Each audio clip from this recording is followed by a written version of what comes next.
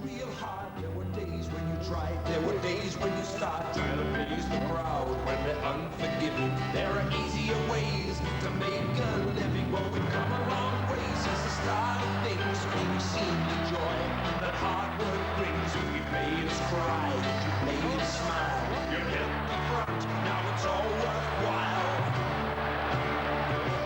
'Cause there's one day in September we want to remember. There isn't any doubting we'll be in there shouting. Football's such a part of this whole town, and we know that you won't let us down. Well, there's nothing better than a nice good win, and there's no second prize if you let them in. You've gotta give me your best and then give again. Out there, there's no such thing as friends. Well, we've been our best and we've been our worst. If we do it right, well, we'll come home first. We've gotta get in there, like make them sad. We'll hit them hard, take the flag. There's one day in September we want to remember. There isn't any doubting we'll be in there shouting. Football's such a part of this whole town, such a part of this whole town. And we know that you won't let us down. 'Cause there's one day in September, in there and fight.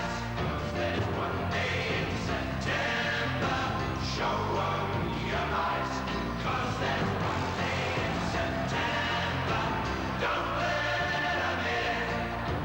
Football's such a part of this whole town, such a part of this whole town. We know that you won't let us down. September, in there and fight. 'Cause we made it to the final. Show 'em your might. 'Cause there's one day in September, don't let 'em in. Footy's such a part of this whole town, such a part of this whole town. And we know that you won't let us down.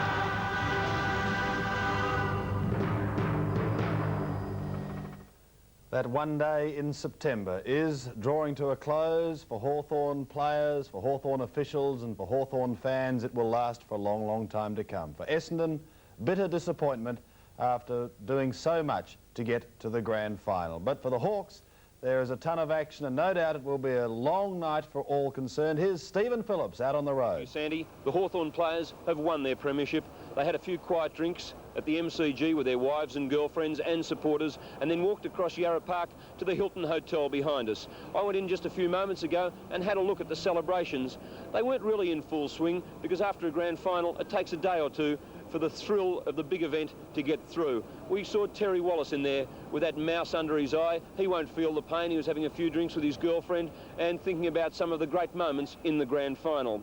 Alan Jeans and his wife and Russell Green and his wife Roxy Green were there chatting about the game. The girls very relieved, and Mrs. Jeans a lot happier than she was on that September Saturday back in 1966 when the Saints won in that final quarter by just one kick. Barry Breen was the man that day. Robert Di Domenico wouldn't let go of the cup. I think he might have just about swallowed the contents 3 or 4 times over.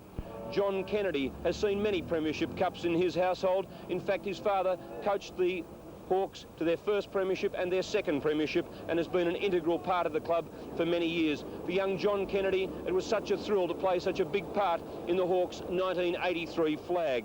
And we looked around the room and there were other supporters all really enjoying themselves, all taking part in a really great night of celebration. Michael Byrne, the youngster who came across from Melbourne a few years ago and was told this morning that he'd be an interchange player. He came on and kicked 3 goals and he had that cup on top of his head and he was on top of the world. At this stage, this is Stephen Phillips at the Hilton Hotel, throwing back to Sandy Roberts in the studio. Back to you, Sandy.